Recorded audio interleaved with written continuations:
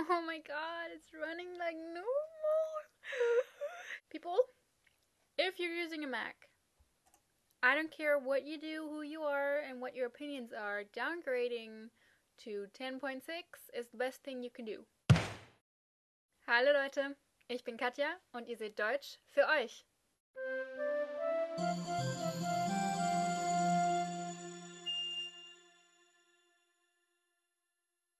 After a little delay, we'll finally get back to our subordinate clauses. We have a few kinds left after talking about the ones that are initiated by conjunctions, and those are the ones that I want to talk about today. So let's get right into it. Relative clauses. Like the name implies, these sentences are related to the main clause or the part of the sentence that goes before them, which means that they basically add information to some segment that came before them or that may come after it, but mostly it's for parts that come before them. You have these in English too, of course. These are the sentences that are announced by who, which, and that. In German we have a few more options. The most common way is to just use the definite articles, der, die, das. Then there's the option of using welcher, welche, welches. These three are also asking word, like a W question, to ask which one in all three genders. Out of these six, der, die, das, welcher, welche, welches are declined if they need to be. When we're talking about a fact that we are referring back to, we can also use was. This is a common mistake Germans make when learning English. So you might hear a very stereotypical German say something like this. She got really angry, what I really couldn't understand.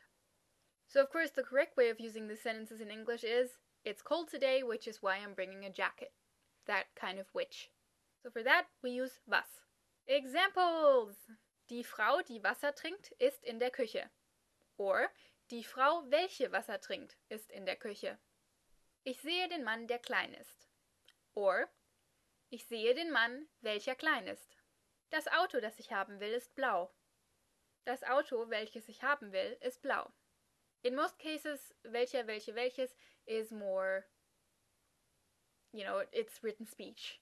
You can use it in spoken language, but you're less likely to hear it. And then, sie ist genervt, was ich gut verstehen kann.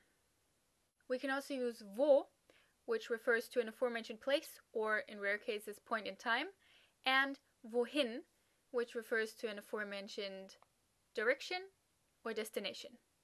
Wo is also our W question that asks for a place, and wohin is our W question that asks for a direction. Makes sense, doesn't it? Die Frau ist in der Küche, wo sie Wasser trinkt. So in this case, we're not referring back to the woman, but we're referring back to the place, the kitchen. So in our sentence, die Frau, die Wasser trinkt, ist in der Küche, we're talking back about the woman, which is why we're using die. But in the sentence, die Frau ist in der Küche, wo sie Wasser trinkt, we're referring back to the kitchen, because this is the place where this is happening, where she is and where she's drinking water. Jetzt, wo du es sagst, fällt mir das auch wieder ein. Wo du es sagst is a set phrase, like it's an expression. It means where or when as you're saying it. Don't read too much into it. You don't need an exact translation of this. It's really just now that you mention it. It's a set phrase, just learn it by heart, you'll be fine. Jetzt, wo du es sagst. Mein Bruder will in die USA, wohin noch nie gereist ist. These two, especially wohin, are rarely seen in spoken language, but they are considered good style when writing. Last thing to mention is that relative clauses always follow the subordinate order of words. Das clauses. Das means that in sentences like, I know that you like me. So that can be left out most of the time in English. I know you like me, I know that you like me. In German, we cannot leave this out, just to say that right off the bat. There are different ways of using das. Firstly, there is a list of verbs that causes for a sentence to replace an object. These verbs are so-called head verbs. So mostly verbs that express some kind of thinking or speaking or maybe like imagining activity. Know, think, say, hope, stuff like that. These can cause for sentences like this. Ich weiß, dass sie in der Küche Wasser trinkt. Sie findet, dass klein ist. Don't go there. So this means that here this subordinate clause started by das replaces an accusative object. Because all of these little clauses could be replaced by a das. Ich weiß das, sie findet das, du denkst das. That is a das with a single S. Of course, to say it that way, you first have to know what the das stands for, so that piece of information. And that is exactly what we use our das with a double S for. But a das clause can also replace a nominative. Es ist schön, dass sie Wasser trinkt. Like in English, if we need a whole sentence to express a subject, we can put a placeholder into the before section. This placeholder is es, like in English, it. It's nice that she drinks water. The difference is that this it construction is much rarer in English than it is in German. What we can also do in German is turn this around, in which case we do not need the placeholder any longer.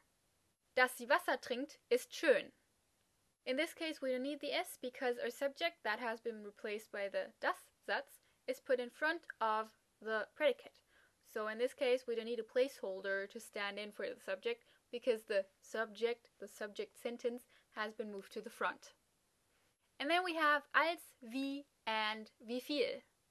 These are comparisons and quantifications.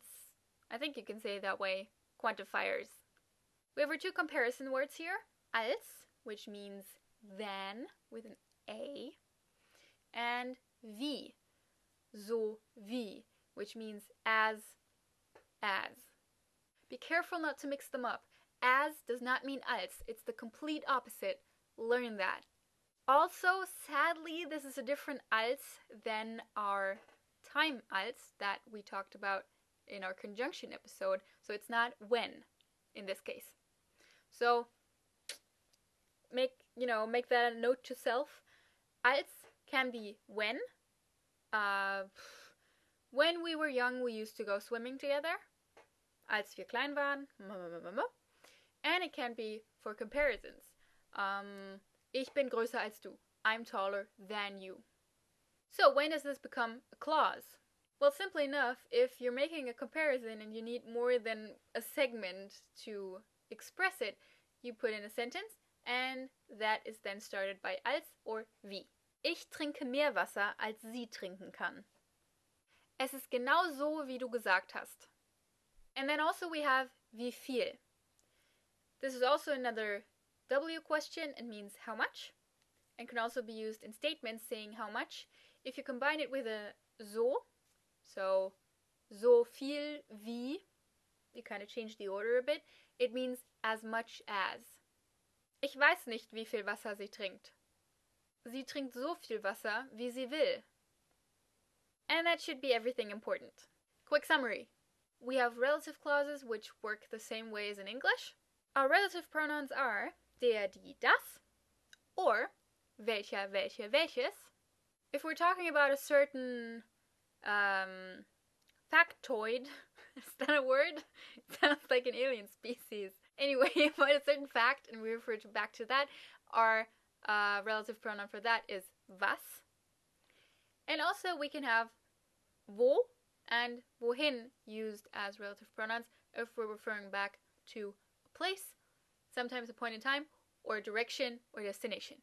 Then we have das clauses, which work the same way as the that clauses in English, in which you can leave the that out, so not relative clauses, of which we have two kinds.